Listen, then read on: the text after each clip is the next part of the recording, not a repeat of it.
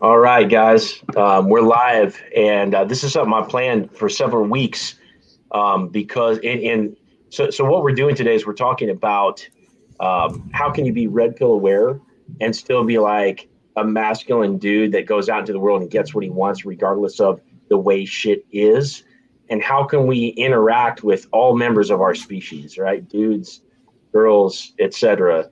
And like really cooperate in society, like be fucking actual members of the community and have rewarding lives without like this undertone of like bitterness or like having the way shit is like just kind of like ruin our lives and take away our respect for women or our ability to communicate and cooperate with women.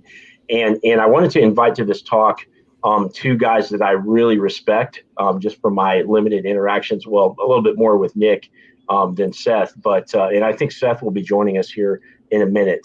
But I wanted to invite two guys because you can sometimes, like, you talk to people and you can just tell like if they're empathetic or if they're paying attention to things around them. You can just see like in their demeanor and the way that they speak and the things that they consider before they say things and all this kind of stuff.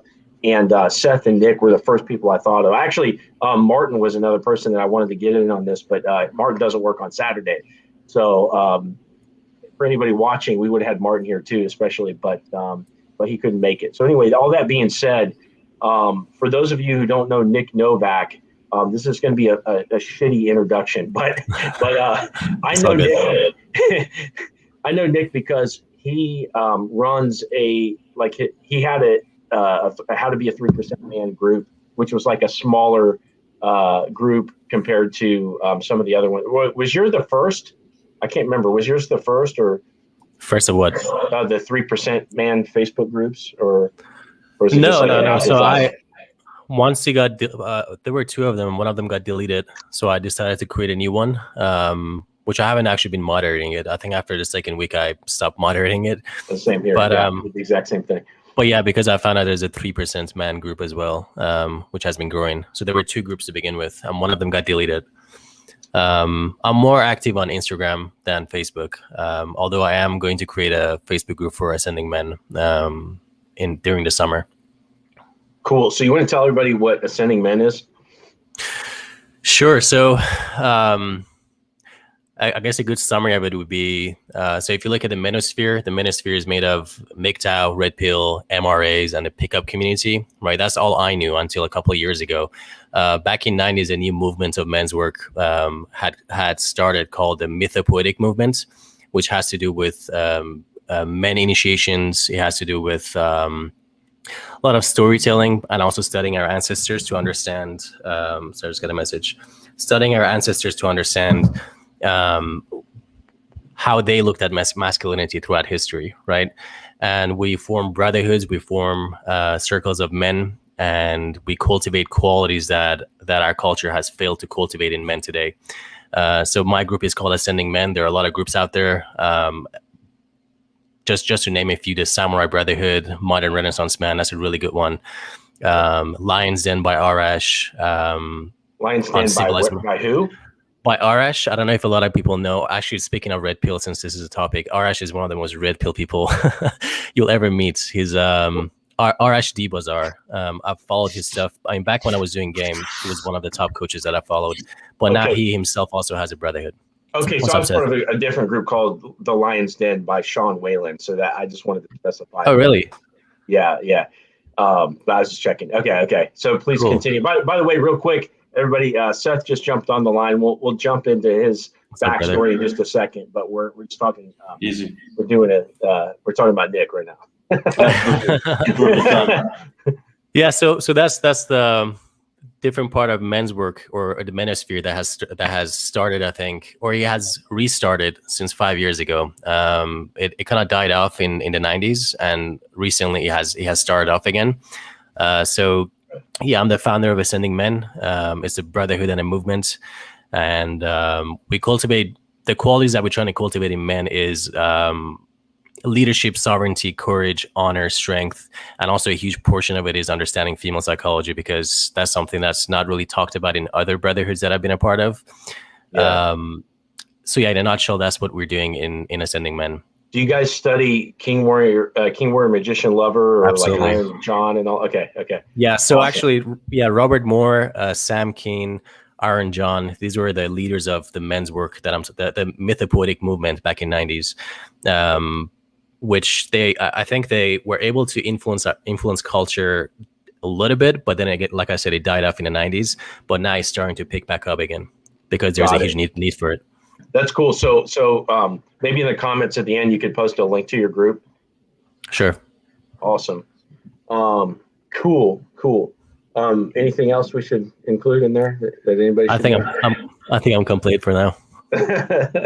All right. So Seth and I did a live a while ago, and I can't even remember what the topic was at this point.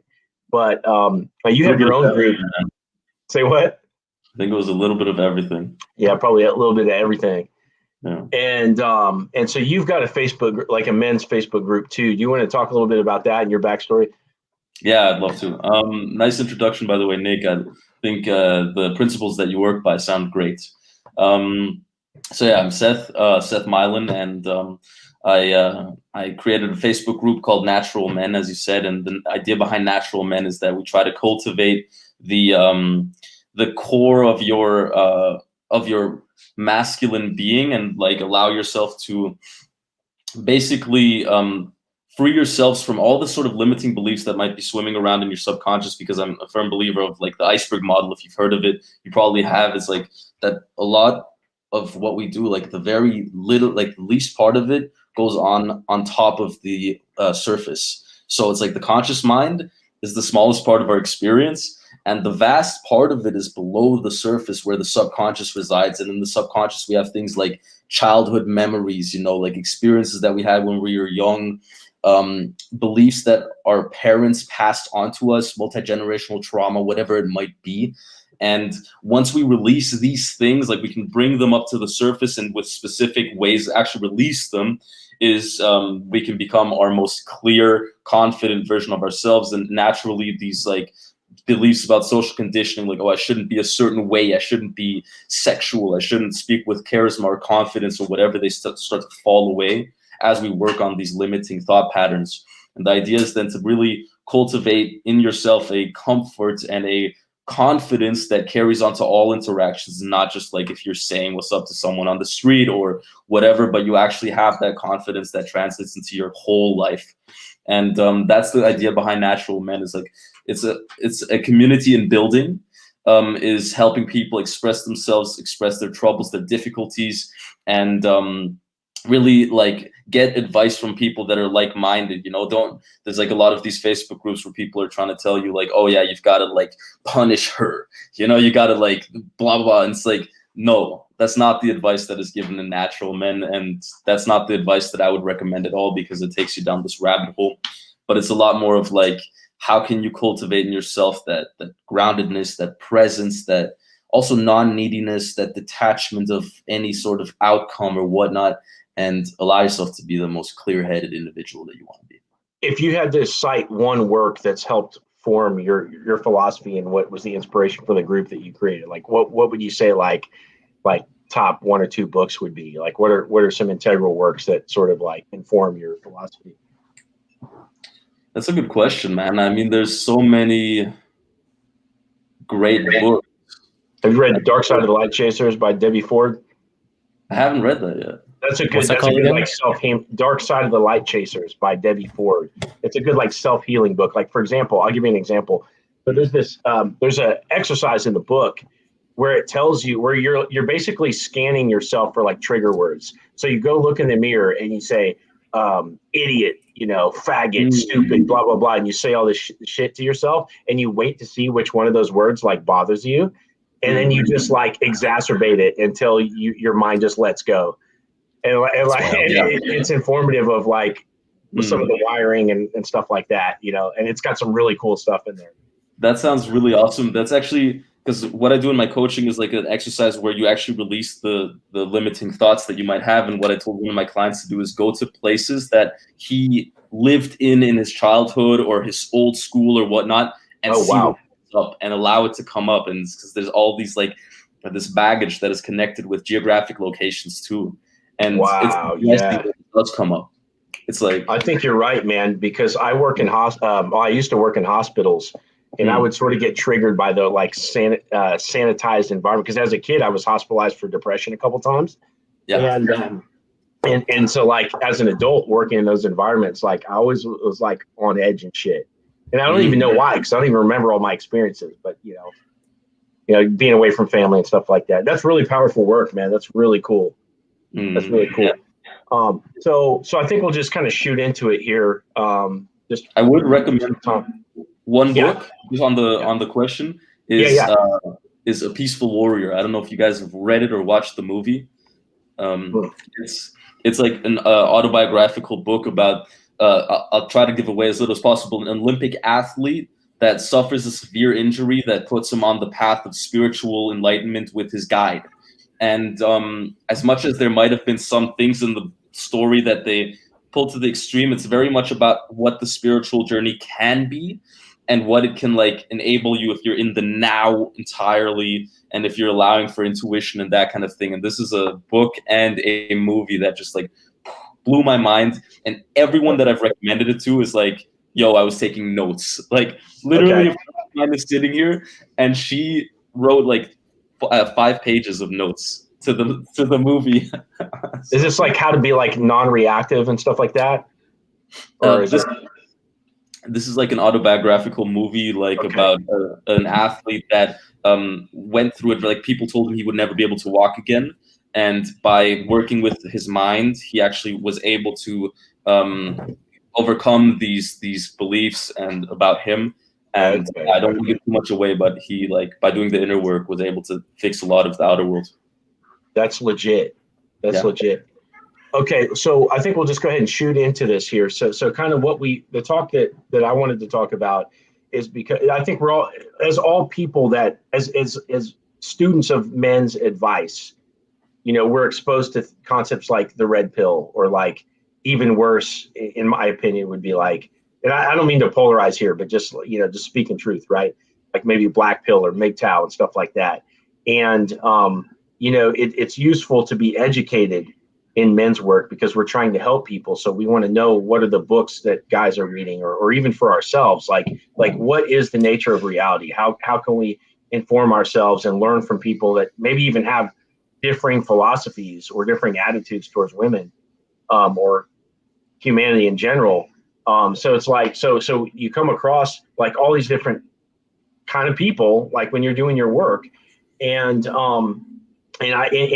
I try to build my Facebook group, and I'm trying to solicit coaching for people and stuff like that, I come across a lot of guys. It's weird. So what we're talking about today is the red pill, and it's like how do you swallow the red pill? In other words, understanding hypergamy or the reality about women's sexual strategy. Like how do you inform yourself about this, understand what it is, and still go out into the world as a man and get what you want, which, if it's a relationship or family, requires cooperation and respect towards the opposite sex, if that's what you want. Without having this like negative or like butthurt or defeatist mentality where it's like, oh man, you just can't trust them. You just gotta get what you can and do whatever. And I see this attitude, and it sucks, because I feel like in many cases guys have given up because they've read a book like Rollo Tomasi's The Rational Male or some of the following books, and they let it sort of justify whatever negative emotions are coming up from their childhood, like dealing with their mom, or maybe the first couple of girlfriends that cheated on them, or whatever, or all the rejections that you experienced growing up. And so just real briefly, if you're watching this and you have no idea what the hell we're talking about, in men's dating, I'm just going to like lay this out so you guys can chime in. So in men's dating, there's sort of like tiers of philosophy of attitude towards women. And so the first thing is like blue pill. And what that means is like, you really haven't ingested any personal development advice at all. All you've done has been exposed to like movies and culture. And you just have sort of like a par level of understanding about men and women the same way your next door neighbor does. And a lot of people criticize this because guys in this boat, they can, not always, but they can like simp out over a girl and try to like chase them around and spit poetry and all this kind of shit to try to win over the girl, and it never works. That kind of stuff never works. And so like blue pill guys are criticized because, you know, they go about shit the wrong way. And you can have blue pill guys that are just natural and they understand many fundamentals that other guys who have ingested men's dating advice understand. But by and large, like blue pill is like the unwashed mass. And then like a step down from that would be purple pill. And I think that there's probably many definitions of purple pill, but in my layman's terms, it would be like the desire to communicate and cooperate with women the same way as like a blue pill guy would be, but at the same time being red pill aware. So you mix red and blue together, you get purple. And this is sort of a guy that isn't just telling women to go fuck off, but at the same time understands the reality of, you know, sexual like mating strategies and your value versus the girl's value and how all this intersects to have, you know, a cooperation within reality. Some other guys like some red pill guys might say, oh, well, purple pill is really just like diet red pill. And it's really just like guys that want the blue pill fantasy, but they still have read our books.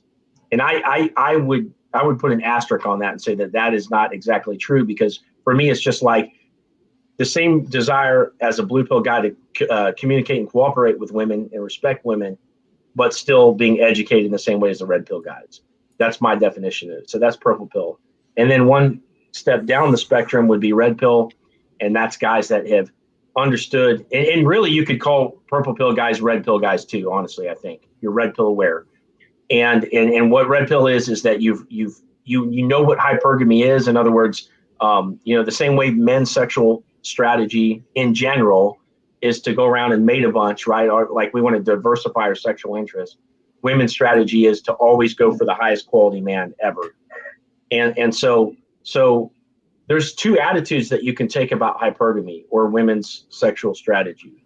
And that's kind of what I wanted to talk about today, because that's a fork in the road. Well, actually, there's several forks in the road, right? You could go black pill, you could go MGTOW, which, you know, I'll let you guys kind of talk about that stuff if you want. But there's like tiers to the red pill stuff as far as like how far away you push women or how you treat them. And that's what I want to talk about today is like, okay, if you swallow the red pill, like what does this path look like? Like which way down the road are you going to go? And one of y'all want to kind of chime in on that? Do you want to go, Seth, or? Oh, no, go ahead. As you were talking, I just couldn't stop thinking about how. So I've been in the world of pickup and games since 2011. It's been quite a while, and one thing that I noticed, I went through. Let's forget about the whole pill philosophy, right? I think one of the biggest needs that people have, especially men today, is to belong to a group of men, right? And so I think that's also what's catalyzing the creation of these tribes of red pill and black pill and MGTOW, and you know, my group is better than your group, and we're closer to the truth, and all that stuff. To me, what I see a huge need of men to connect with each other with common values. That's just one thing I want to point out. The second thing is, at least in my evolution, and seeing a lot of guys joining pickup and seeing their evolution, I think there are three stages that people go through. The first stage, when you're blue pilled, right? You're born into a culture with a lot of beliefs about female psychology, right? And we can get really in depth about the masculine wounds that occur between a mother and a son. I've done a lot of research on that, and Ascending Men focuses on that a lot, as did our ancestors, by the way, which is why a lot of initiations was focused on that one thing, the relationship between the mother and the son. But let's just move away from that for now. So when people join the game, I think the first thing they want to learn is, okay, so I can actually improve myself and improve my dating life, right? And they look at pickup coaches. Like when I was 22 years old, I was looking at, well, at first I was looking at Mystery and Neil Strauss and all the dinosaurs in game. And I was trying to see what tricks they use, right? So to give you an analogy, it just came to my mind. I hope I don't butcher it. Let's say you want to learn how to swim with it. Let's say you want to learn. Okay, this analogy is gonna sound a little bit weird, but it's gonna get the message across. Let's say you have to to find food, you have to go into the ocean and catch lobsters, right? Let's say that's the food that you need, right? But in the water, there's a lot of sharks, okay? And in your tribe, some men can swim 100 feet into the ocean. They can swim down and bring a bunch of lobsters back, and they're the heroes of society, right? And as a kid, you look up to them like, how the fuck do you guys not get bitten by sharks? And they always make it, right? And versus other men that you see that they never come back, they just die off and get bitten by sharks. Okay, crazy analogy. So as you begin learning how to swim with the sharks, so they can provide food to your tribe, the first instinct a guy has is, well, teach me what you do when a shark attacks you, right? And I might look at the guy, and the guy might go, okay, well, I blow air out of my mouth, and it scares them, right? And he go, got it, I'm gonna do that, right? And it might work, because now you got a trick in your hands, right? You're like, okay, I can just be myself. All I have to do is just blow air out, and I don't have to understand anything else. I don't have to understand shark psychology. I don't have to understand really like how to swim faster. All I need to do is that, right? Yeah. And it might work. But every now and then you're going to get bitten, right? And the next stage of it, I think, for me was after learning all the outer game, for me was to learn about RSD. I became a huge fan of RSD. I went to their boot camps. I was like a diehard RSD fan. And what they teach you is, okay, when you blow air out, it induces fear in the shark's head, right? Now you know what you do, what kind of emotions it induces in a woman's mind, right? And so you can get really good at that. You can get really like crazy good at that, to the point where you're just pulling women left and right in game. But I think it's still missing understanding female psychology, right? I think that's the third stage. Okay. And the third stage for me was basically understanding sharks completely. Now, I'm not saying women are sharks, but I'm just giving you the analogy. To basically completely understand psychology of the psychology of a woman and reality, and stepping into reality and not living in a fantasy world. Because once you just see reality, you just react to it, right? You just become a natural. I know Seth's group is called the Natural Man. You don't need tricks. You don't need all these. Maybe you do, because that was my evolution for me to step into reality. It took me a lot of years, but the end point of it is seeing reality as it is. And sometimes some parts of reality is going to shatter your fantasies about women, about life, about relationships. And I can see why people might get bitter because of that. I definitely, back in 2016, when I got red pilled, I became really bitter for a good year or so, right? But I healed out of that, and and so on. So I'll stop it here. But I think that's the evolution that I see in people. So when we talk about red pill, for me it's always meant stepping into reality and not trying to tamper reality with our minds. Okay. Yeah. God, there was something I wanted to say. Oh, okay. Let me chime in before you jump in, Seth. So there's a book. First of all, let me step back. So I think all of us here can agree that The Way of the Superior Man is the shit, right? You guys have read it, right? Pretty good. Yeah, and that's like one of the key works for any guy who wants to find his life purpose, how to deal with women, et cetera, right? And a turning point in my not complete understanding of women's psychology, but understanding women much, much better, was reading this book called Dear Lover by David Data. And Dear Lover is like the female version of Way of the Superior Man. Well, if you read it, like, you're going to be like, what the hell is this bullshit? Like if it's like your first go through, because it's like all this like flowery speech, and it's like, oh, you just want to, like indulge in a man like a good chocolate, and he's like talking like this, and it's so like you have to read it with an open mind.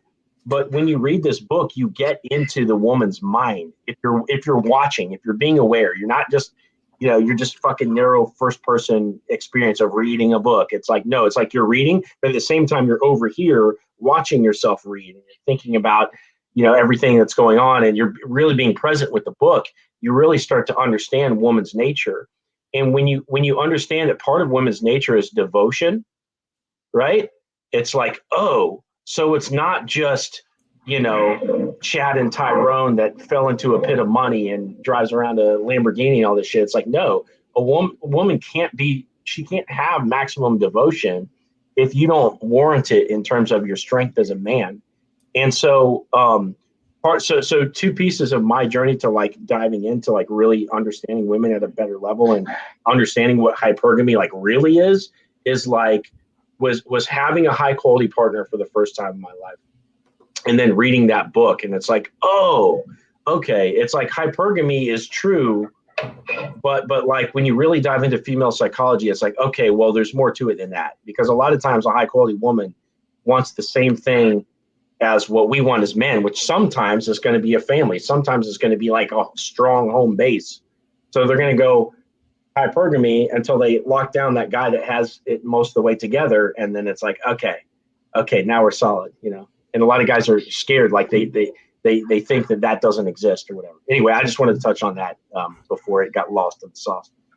I'm although I know that a huge tangent, I'm tempted because I want to kind of touch on or add on to the analogy of the sharks in the water. Okay, yeah. I would be interested to ask you what your definition of like a high quality woman is, how you would define that, but maybe we could just hold on to that for a second, and I'll just kind of add on to the analogy of Nik's is the idea that when you're swimming with the sharks is like, okay, so most guys are going into this world and they start jumping into the water and they're swimming with the sharks.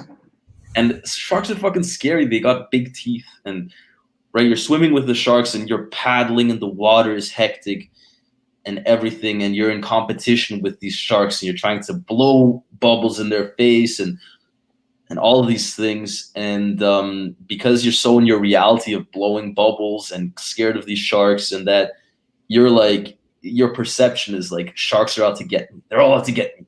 I'm blowing bubbles. I'm doing all this crazy stuff. I'm frantic. And I might get lucky somehow, survive. But then if you step out of that competition frame of this, like, the sharks are out to get me, and you enter this collaboration frame where you're actually working together with the like male sharks and the female sharks and whatnot, all of a sudden it's not sharks anymore because the water starts to settle and it's like all dolphins. Like right. And you're actually swimming with dolphins. And you're working together with them, and they're jumping on the water, and they're gorgeous. Whether it's like the male dolphins that are helping you and you're like friends with them, or the female dolphins that are just gorgeous and you're just enjoying the moment. And that's like, I think, is even the deeper layers when you start to realize that it's not sharks, but it's dolphins, and you can actually work together. And there's no, oh, like, I'm going to convince her now to sleep with me. I'm going to use her psychology and get her to open up to me. Like, I got her to open up to me. I did it. But be like, no, we're working together in this process, whether it's a seduction process or a relationship or a process of intimate relationships with anyone. I just want to say something. I just imagine somebody joining in the call and we're talking about sharks and dolphins. Like, what the fuck are we talking about? That's beautiful. But I also do want to add something that came up for me as you mentioned that when there was a huge emphasis on getting in state back in the days, like getting in state when you go out, and basically getting in state was the same thing, right? It was change of perception, right? If I put somebody, like, what your identity is in relation to your understanding of the world, right? So if you think the world is a scary place, if you're, let's say, swimming in the ocean and you think there's a bunch of sharks around, you're going to be a fearful person, right? And that forms your identity. But the more you understand reality and make peace to it and see reality as it is, it shapes your character as a man as well. I really do think part of getting connected to our male energy is to connect with nature and connect with the reality of how things work. It just grounds you as a man. Yeah, 100%. Cool. Yeah. So let's chart out some stereotypical red pill versus purple pill, or I'm going back to the pills, but I really hold on. Yeah. Look, I just joined, and that was my exact thought with the sharks and the dolphins. Next time we do a talk, like, that's going to be the promo. It's just going to be like a shark, the new logo, and a fucking narwhal or something. And like our faces just swimming in between them, like. I just love analogies. Yeah. Yeah. So, but what I see, like, so guys that like started investing. So I see this all the time because, okay, for example, I think one of the things that inspired me kind of putting this talk together was like, okay, so I was in Larry Cheek's group. Do you guys know Larry Cheek off Facebook? Yeah. Okay. Yeah, Nick knows him. So he's got a group, and it's mostly comprised. I think there's like 2,000 people in there. It's mostly comprised of like guys from like Rule Zero or like Rollo Tomasi and other like really, really hardcore red pill guys, right? So somebody posted something the other day in his group where it was like a screenshot of Rich Cooper's, the guy that wrote the Unplugged Alpha. He did a status, and it was like so it was like it was a screenshot of this girl's Tinder, right? And she's just kind of playfully saying, "Oh yeah, I'll kick your ass in the gym," blah blah blah, right? Because she was fit and she was in her tank top or whatever. And his status was like, "No, you won't, bitch. Stay in the kitchen where you belong and learn how to make a good sandwich." Or whatever. And this guy posted in Larry's group. By the way, I love Larry. He is one of the most open-minded, educated people that I know, and he's awesome. But there's a lot of guys in his group that are sort of like bitter, and this guy caught flack for posting that post because he was like, "Why do you guys like Rich Cooper?" And I was like, "Great question. Why do people like that?" Because I realize some of that's like polarizing behavior to like get engagement and attention. But my understanding of that guy is like that's how he is. Like that's just what's up. So I went ahead and took that same screen cap. I posted it in my group, and I'm like, what am I missing here, guys? Like why? Because I know a lot of guys in my group too have read Unplug Alpha and like his material. I'm like, why do you guys like this guy? And some people had good answers. One guy was like, you know what? He's just really convicted. And I said, and I thought about it, I'm like, I could see how you would like that. But I also thought about like, well, Hitler was pretty damn convicted too. If you got out, if you're like in Germany in the 40s or whenever it was, and you're listening to Hitler give a speech, you'd probably be like, oh yeah, that kind of makes sense or whatever, but at the same time, it's just a bunch of bullshit, right? Like complete negative attitude. And some other people had some other good answers too, just that I think like his intent, I don't know, there was some, like you can tell he's got a successful YouTube show or whatever network it's on. He's got some really good things. His fitness is on point and all this kind of stuff. There's good things about Rich Cooper, and obviously he's got a popular book out, etc. But I'm like, why? Like so let me backtrack. So Larry posted a video on the in the comments of that thread, and he's like, hey guys, before you come down on Rich Cooper, watch this video. And the video was Rich Cooper talking about how guys should get over their bitterness. Well, I watched this episode of the podcast, and granted, I'm skimming through it. I'm not listening to it with 1,000% open mind. I do have some preconceived notions about it because of exposure to other things he said and stuff like that. And so I'm skimming through it looking for, and I'm seeing things like, guys like calling in and like saying, oh yeah, women are like calling women snakes, and he doesn't challenge that. Like he just like lets that like slide in his show. I'm thinking, okay, well, like if that's the tone that you want to set for your audience, that's probably that factors into your philosophy somewhere, God, what was it? There was something else. But anyway, I listened to it. And I'm like, man, yeah, this guy, like, best I can tell, he's probably not getting great results with women because when you treat them as, when you're adversarial towards women, this is the key, in my opinion. When you have an adversarial attitude towards women, your results are going to be shit. Because what's the best way? Nick, you've been in pickup forever, right? What's the best way to like win a girl over, in your opinion? What's the best way? I mean, I honestly, I kind of agree with what you're saying. I think I keep hearing myself, by the way, when I. Oh, sorry, man. Let me turn my speakers down. Just for the listeners. So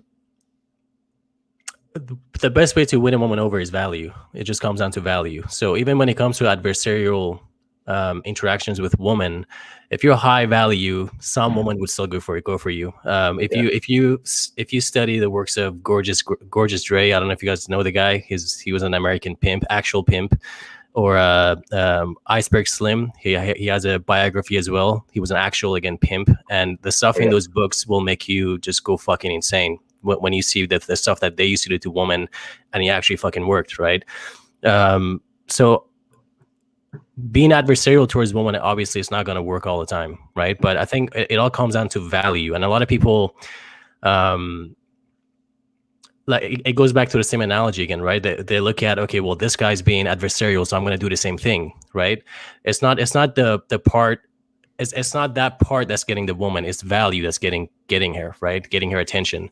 Yeah. So if you're a high value man, she's going to be attracted to you. And then you could add a bunch of different stuff around it, but those are not the core attributes that are attracting her towards you. So that's where people get confused. They look at, let's say, a guy who's an asshole to a woman, and they go, "Oh, I just got to be an asshole," right?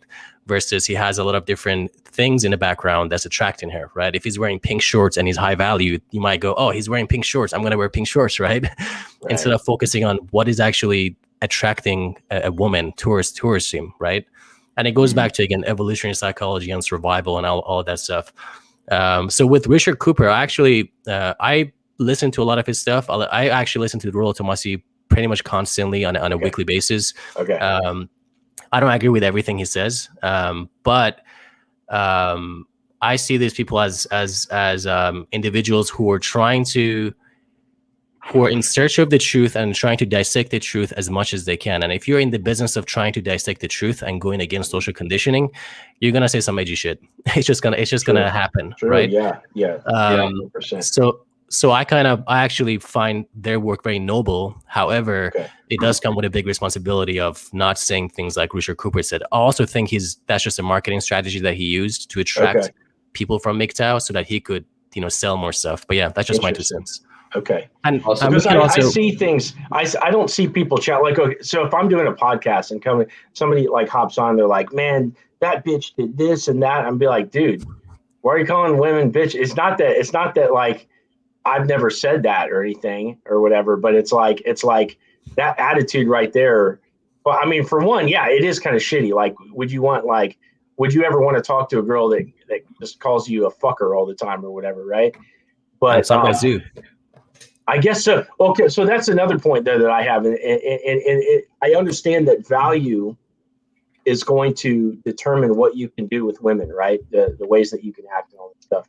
But my thought is like, what is your end goal? Is it just a fuck? Because if it is, then yeah, you can kind of do whatever taxes you want to, right? You can neg, you can kind of go like Julian style at somebody or whatever. You can do all this kind of stuff. But to me, and correct me if I'm wrong, because I know that you've been in game, for a while. But to me, it's like mostly broken women are going to be the ones that respond to that kind of stuff. So if you're going after relationships, yeah, you could. I mean, I think yes, broken woman. I do think. I mean, humans are very contextual. I have a belief that yes, we have free will, but at the same time, our free will kind of fades away once we choose the environment that we decide to be a part of, right? So I've seen a lot of women also being in a college town for a long time who were highly respectful and respectable and came from really good families, but by putting themselves in environments around people who weren't like that, they change after a while. So I do think it's something to be maintained over time, right? And a woman or a guy can change, if they are constantly being presented by bad influences. So I would highly recommend reading the book, the biography of Iceberg Slim. I mean, that again, and also Gorgeous Dre.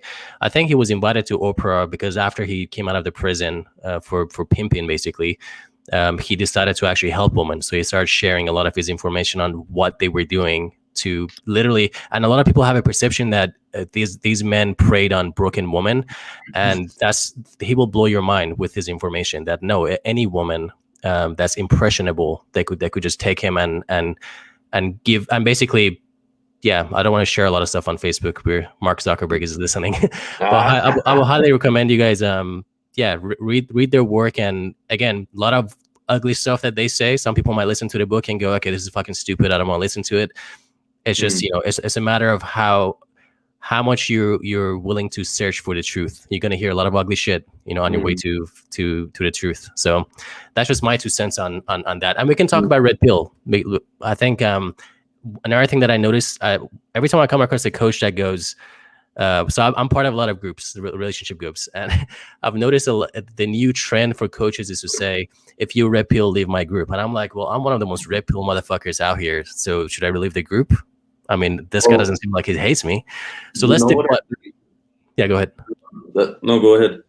I was gonna Go ahead. I was just gonna say we should actually define red pill, because when I actually message the coaches and say, hey, can you define red pill? A lot of them either don't know what red pill is, or they look at the reactions of people who are red pilled and they go, that's red pill, right? A bunch of bitter people.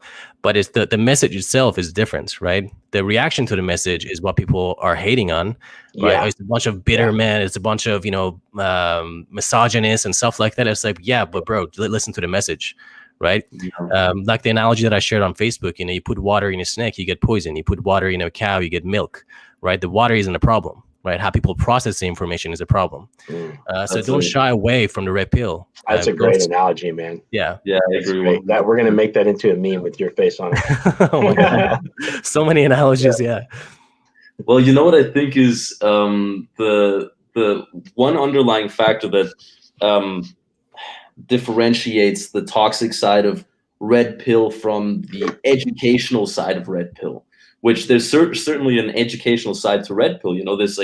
There's a lot of interesting information to it, and if we're dabbling in this in this journey of improving ourselves, then we're gonna stumble across a lot of stuff that is gonna help us in this community.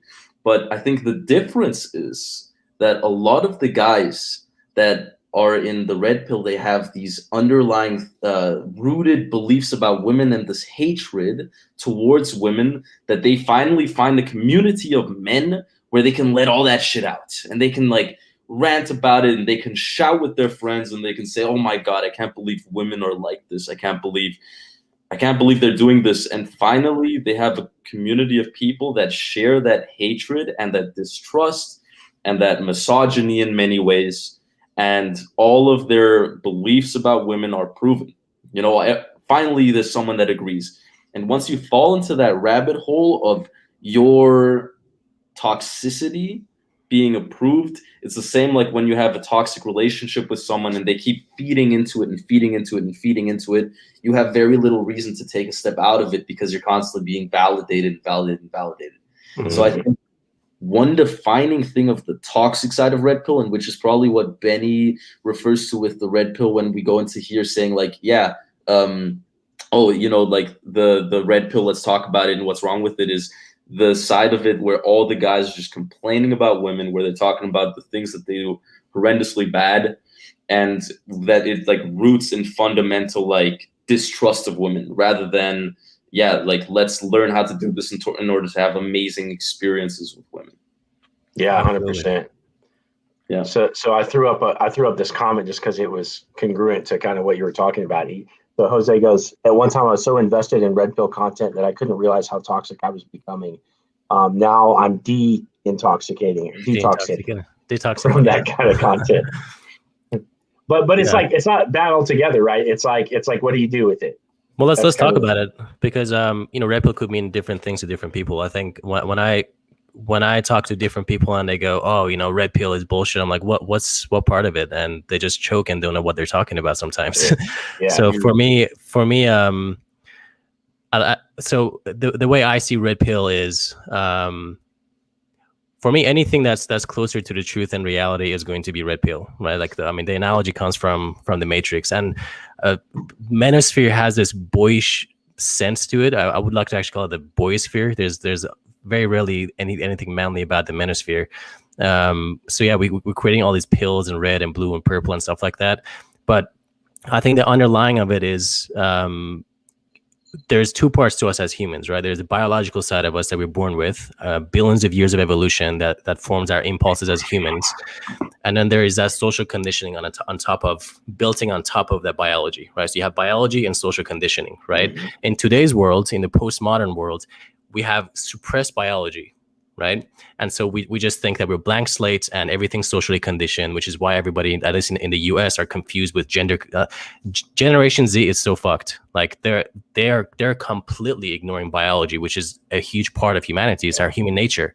Right. And they're completely going with a social constructivist point of view, which is everything's socially conditioned. Men can be woman can, it's all a construct of the mind, right? And that's very dangerous. So I do understand why people are bitter, because society is being designed by ignoring human nature. It's being designed based on their social constructs, right?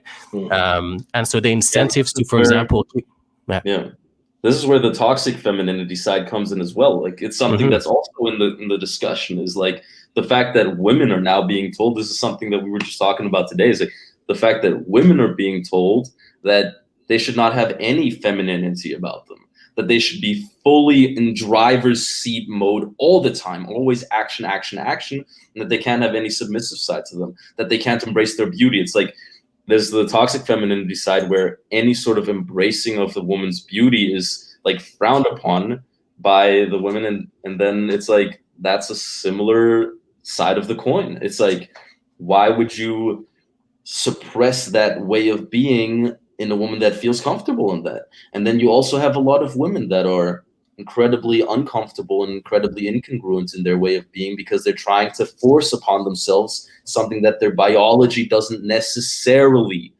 vouch for. And there's now, you know, there are biological differences between men and women, but that's not to say that women can't be like doing their life in the most proactive way. Of course, that's the case, but it's like, if you're forcing it on someone, then that's never the right way to do it. And if you're judging them for trying to be natural in their skin, you know, women are beautiful beings. And I feel like the toxic feminine side is telling them, like, don't be beautiful.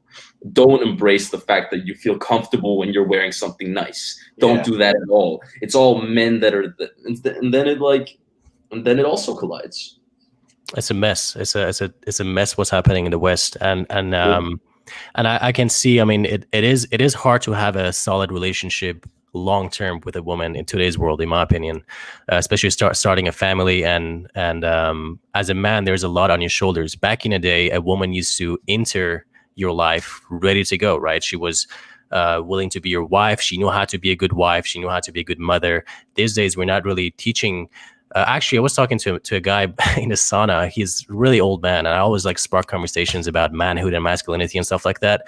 And he said back in his day, in elementary school, they used to take girls away on Sundays and teach them etiquette. They would literally put books on their heads so that they can stand straight and be classy and all that stuff. And the boys were actually jealous. Like, how come we don't have that, right? That's how much focus they used to put on teaching women how to carry themselves. Like, actually, Richard Cooper's quote, which I really like, is "Women protect their value, men build their value," right, in life, because women are already born with a value that they need to protect. Yeah, right? Yeah, 100%. I agree with that. Yeah, but again, like we're all being brainwashed into these ideas that are not aligned with our human nature. And this is nothing new, by the way. If you read history, for example, in the Hellenistic era of Greece, the same events happen. You see pictures of hermaphrodites. Actually, the word hermaphrodite is a Greek word. He or she was a Greek god of trans and effeminates back in Hellenistic era. Sounds pretty crazy, but now we're seeing the same trends coming up. Gender confusion and obsession with gender is something that has shown up in a lot of civilizations towards the end of their cultures. And I think the reason for that is because once men, clear the field and kill the animals and create safety, that's what men do. Like, we create a safe container for the feminine to be feminine, right? But that safe container, which is a city, or now at America, cultivates femininity in men and women. So men become more feminine, and women decide to, basically hold the same positions as men do, right? Because there's no danger. I can do the same thing he's doing. So that's what's happening today in today's society. But it's been happening throughout history in multiple civilizations. Again, different topic probably. So what topic, and it might be different because I think there is a. This is like opening a whole Pandora's box, and I don't think we want to do that. But it goes really deep. That rabbit hole for red pill goes really, really fucking deep. Total rabbit hole. But I think there's definitely the layer of the patriarchy that is that has been in the past. I think we can't refute that. No, absolutely. And I think what might be a layer as well is then women saying, "Look at this injustice that has been done onto us in the past," and they're trying to counteract that, but then it's like manifesting in this like toxic femininity where they're going too far into the other extreme in some of these communities. Yeah, well, if you ask a Russian woman, what do you think about male aggression? They go, "I love it," because it was Russian men who were storming towards the the German tanks that were taking over the city, right? The closer society is to survival mode, the more gender roles are understood, right? And women actually understand. I'm a woman, you're a man. Go do man stuff. I do woman stuff, right? When we create this fantasy world, the fantasy world, in my definition, is the world of the children and women, which is a safe space for the femininity to come out and for people to feel safe.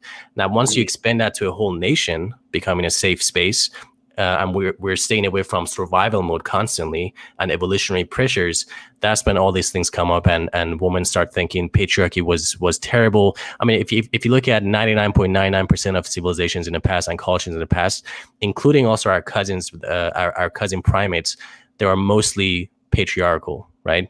That's the essence of survival. But when we start living in this fantasy world with cheap luxuries in the modern world, we just start getting confused. We're like, what's the need for men, right?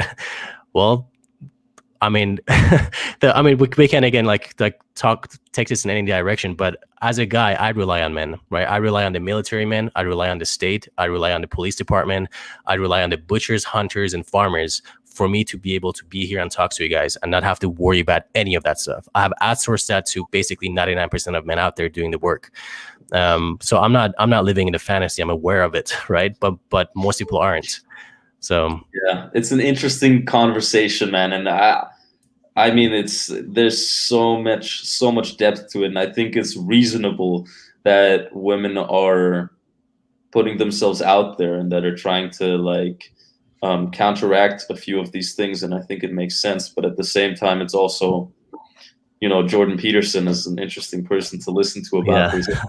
He gets so much stick, and I mean, he makes a point when he talks about the fact that 95% of construction workers are men.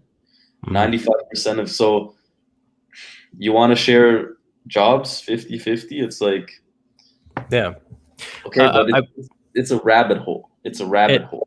It is a rabbit hole, and I think the end of it. So I do a lot of shadow work with people, and we can also go over that because I think a lot of red pill people step into anger instead of shame and grief. And I think if you step into your shame and grief safely, because you could get into fucking crazy depressions, there's a lot of growth in that for men. But to your point, yeah, the rabbit hole, the shadow work is basically understanding human nature, understanding mankind. And if you study mankind, if you study history, you're gonna get closer to understanding yourself and understanding humanity, right? And I really think Red Pill has Red Pill was like a springboard for me to understand all these things and just go deeper and deeper and deeper in understanding humanity. And the more I do so, the more I feel like I'm living more in reality. And there is a sense of, yes, there is a sense of maybe dullness to it because the fantasy is out, right? And you just see the reality of things. But at the same time, there is also a sense of love towards the truth, right? The truth makes you feel free, right? Because now you see the true limitations of reality versus your fantasies, right? One thing I was going to mention about so let's divert it back. I don't want this to become too philosophical. I'm very sorry about that. About emotions of anger and shame.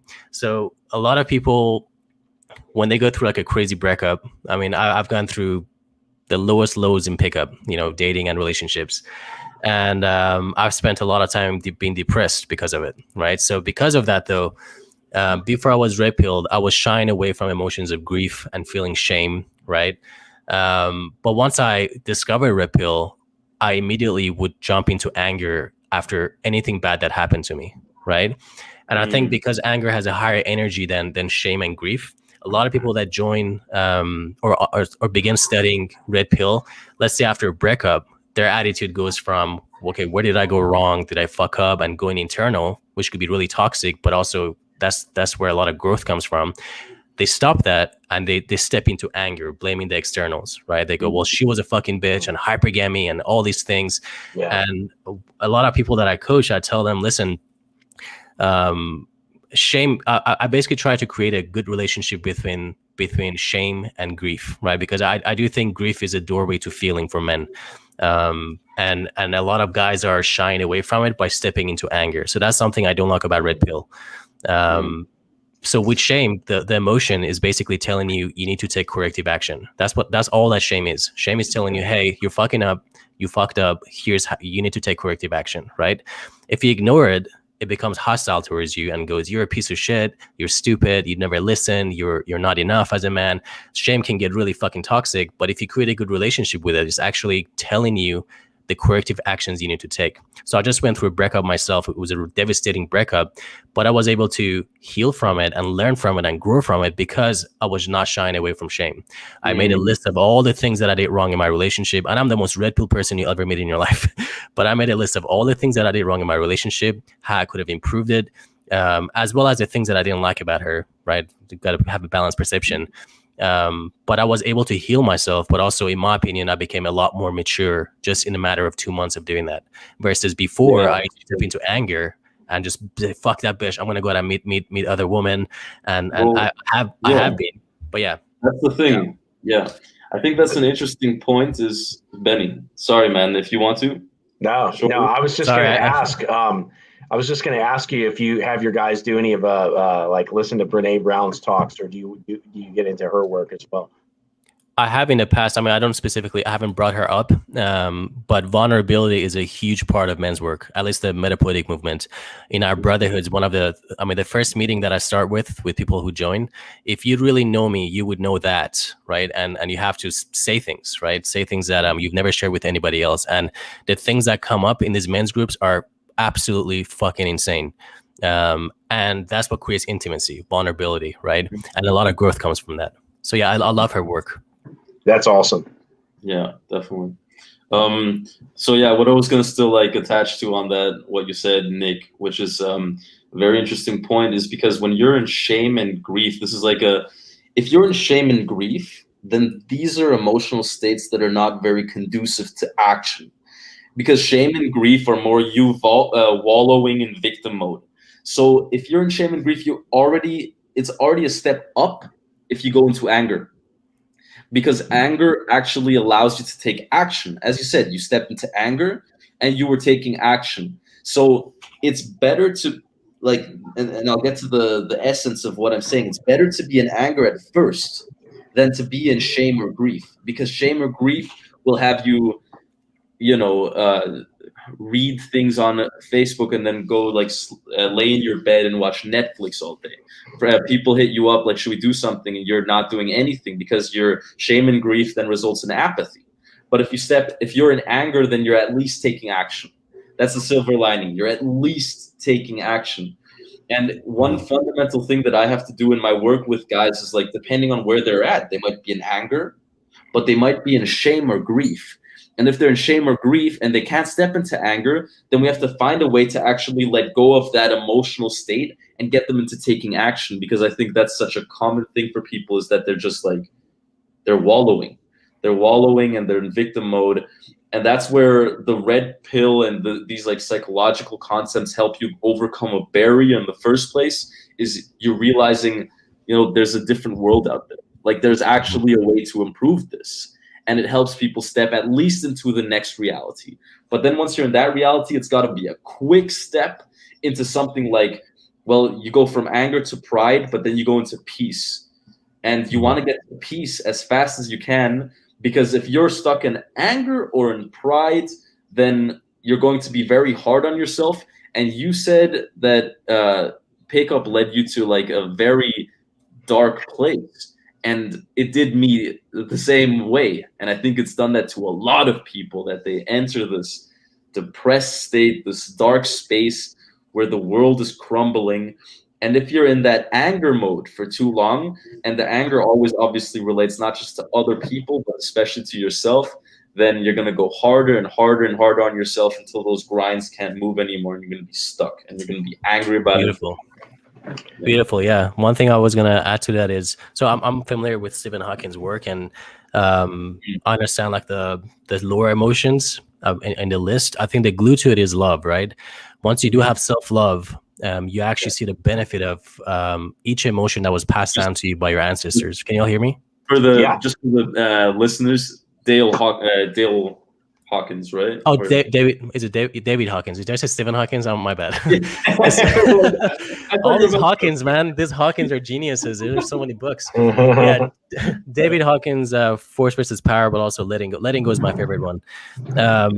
One thing I do want to mention about emotions is they're passed down to us for a reason, right? We have shame, grief, guilt, fear, desire, all that emotions. Emotions are sort of like packaged solutions to the most common problems that our ancestors had faced, and they pass it down to us, right? In a way, actually, to me, it's our connection to our ancestors, right? So when we ignore emotions like shame or grief because they could be painful, and they are really painful, we're ignoring part of our humanity. And a lot of shadow work is actually getting in touch with those negative emotions, but in a positive way, right? So you could wallow in shame, you could get depressed, you could get suicidal. I've been down all those paths, right? But one thing about those was that I wasn't aware of, for example, my guilt and shame. I didn't even know what those emotions were, right? I just felt it. I was already seduced by them without me even realizing they exist, right? And part of emotional intelligence and shadow work is to be able to dissociate so you can see them, but also hear what they're talking about, right? Like, what is your emotion shame telling you, right? There's a reason it's been passed down to you through humanity. There's a need for it. And I think the anger, yes, it helps people take action. I mean, for me, after my breakup 2 months ago, I also didn't. I'm not saying to step into shame and guilt, but then repress anger. I'm actually all for all emotions, right? But the getting stuck in one is a issue. Yeah. So yeah. All right. So we have some rather esoteric comments, and let's see if you guys know what this is. So, all joking aside, can Nick or anyone cover how the Matrix plot was stolen and the androgynous twins were given it? Yeah, man, Hermes and Aphrodite, Lilith and the serpent, so deep. Does anybody know what that means? That's a very poetic comment. I'm not sure. So, but with Hermaphrodite, I was talking about he's actually a Greek god. I mean, he had a penis and breasts in the Hellenistic era. Yeah, before the Romans basically took over, and he was a god of the effeminate and the weak, and basically I don't want to go in deeper on that, but and that's not the only culture where he showed up. In Romans, he surfaced the mainstream again towards the end of the Roman Empire as well. So yeah.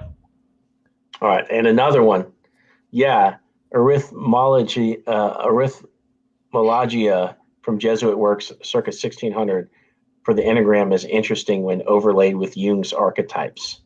I haven't heard of that. Arithmogolia from works here. Yeah, Cool. I don't either. Cool. No, those sound like Larry comments. Larry is up to speed. Yes, yeah. With all this kind of stuff. Larry, what's up, man? I would love to talk to Larry. I mean, I love actually talking to red pill people because we get to really get creative with dissecting truth. We can never reach truth, but we can always get closer to it, right? And yes, a lot of crazy shit can be spit out while we're doing that. But I think we've managed it pretty well, though, in this talk. Yeah. Gosh, I think, like, if I had anything in my back pocket to say about the whole thing, is like, I see everybody has an evolution of their psychology, right? It's even been formalized with spiral dynamics. Are you guys in touch with that? That's really interesting. That's a fucking rabbit hole right there. But everybody has an evolution of their psychology.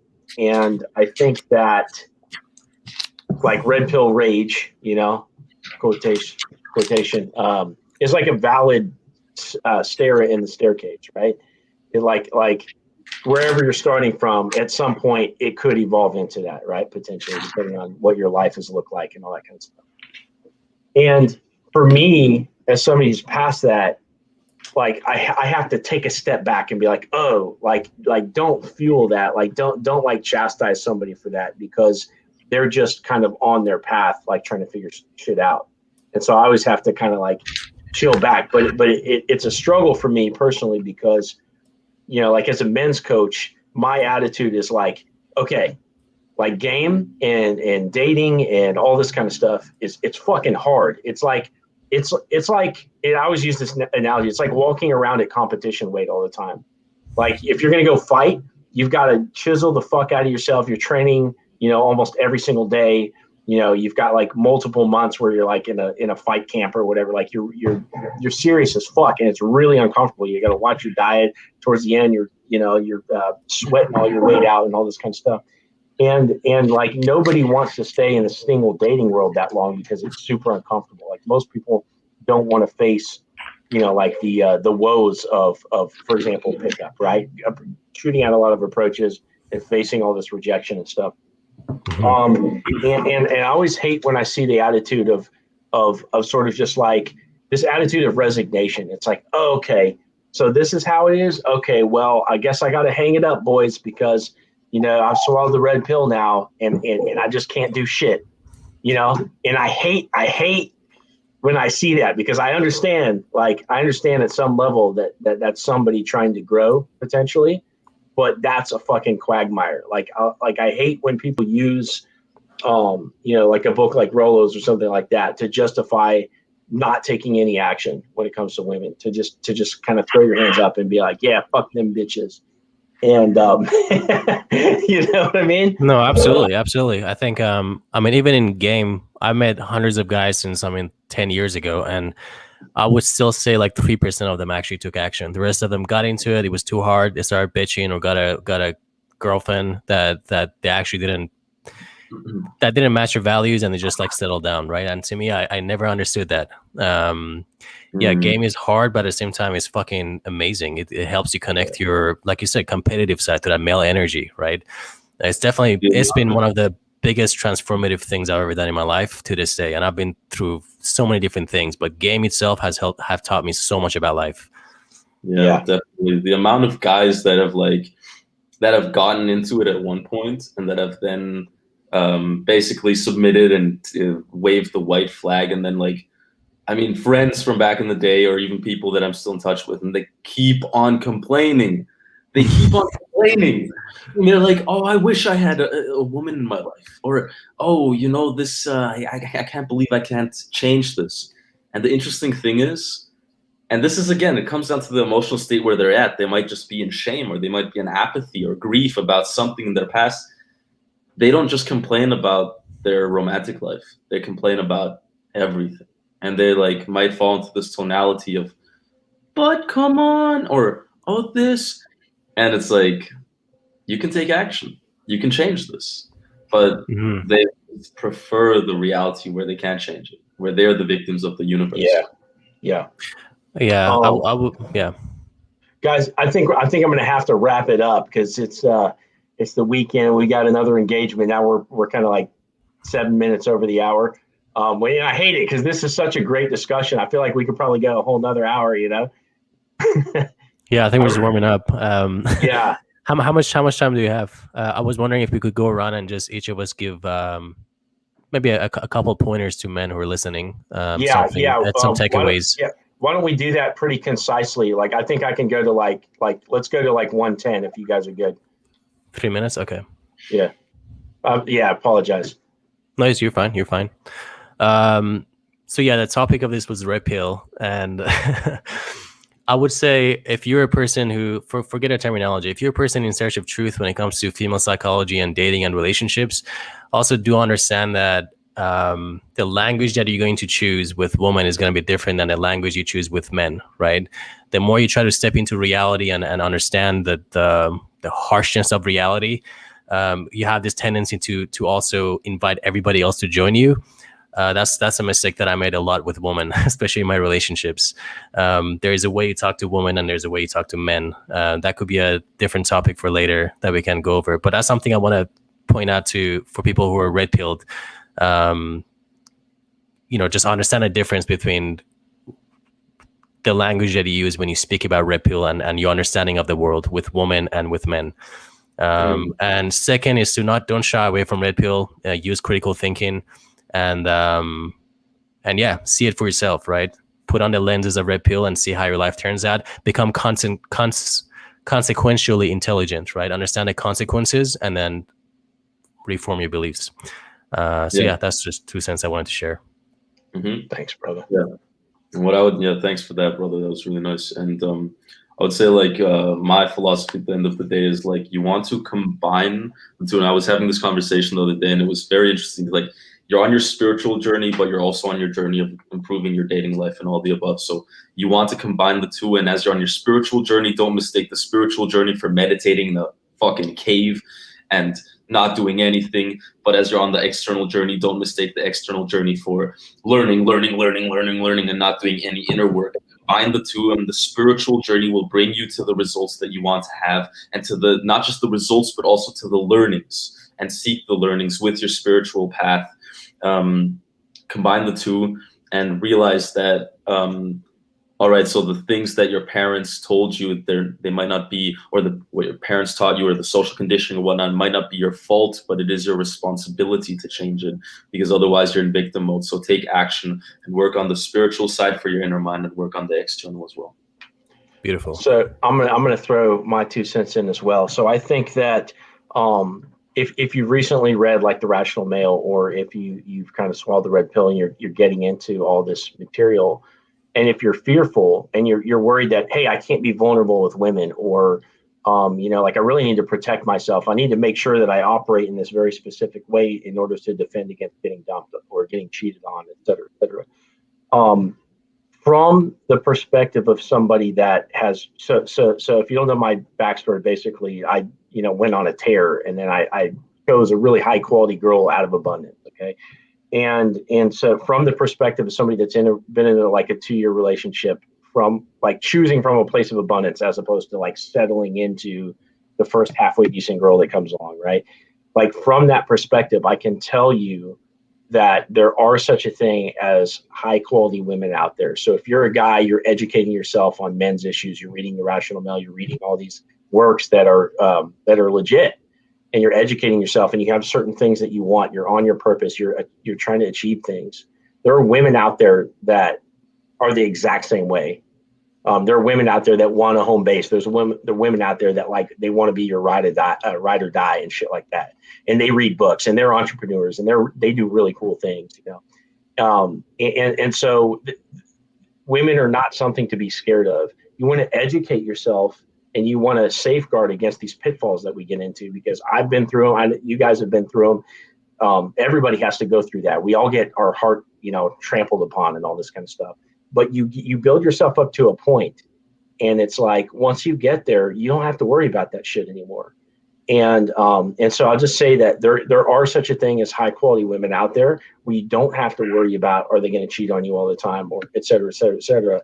But I think to your guys' point, you have to build yourself up into the kind of man that's going to keep that girl around. And that's sort of the name of the game. All that being said, man, I hate that we have to cut this short. I really hate it. I got some family shit to do, because I feel like we could have gone like another. We can have another one if you like, and go over it. Yeah, let's do a part 2. So you guys want to drop your so once this post to Facebook, you guys want to drop your group links in the comments. Does anybody want to say anything in closing? I think I'm complete. Yeah, I know you have to go. Okay. Yeah, I'll drop my Instagram handles on. I'm more active on Instagram, and there's a link you all can apply to Ascending Men Brotherhood. We're gonna open the doors in about a month, and we discussed a lot of topics that, we discussed like a small percentage of it here, but yeah, we go deep on everything life related.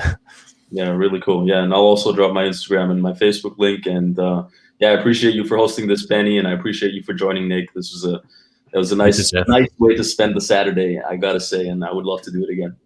Yeah, awesome. Thanks, guys. Yeah, have a great weekend. Have a good one. All right, take care.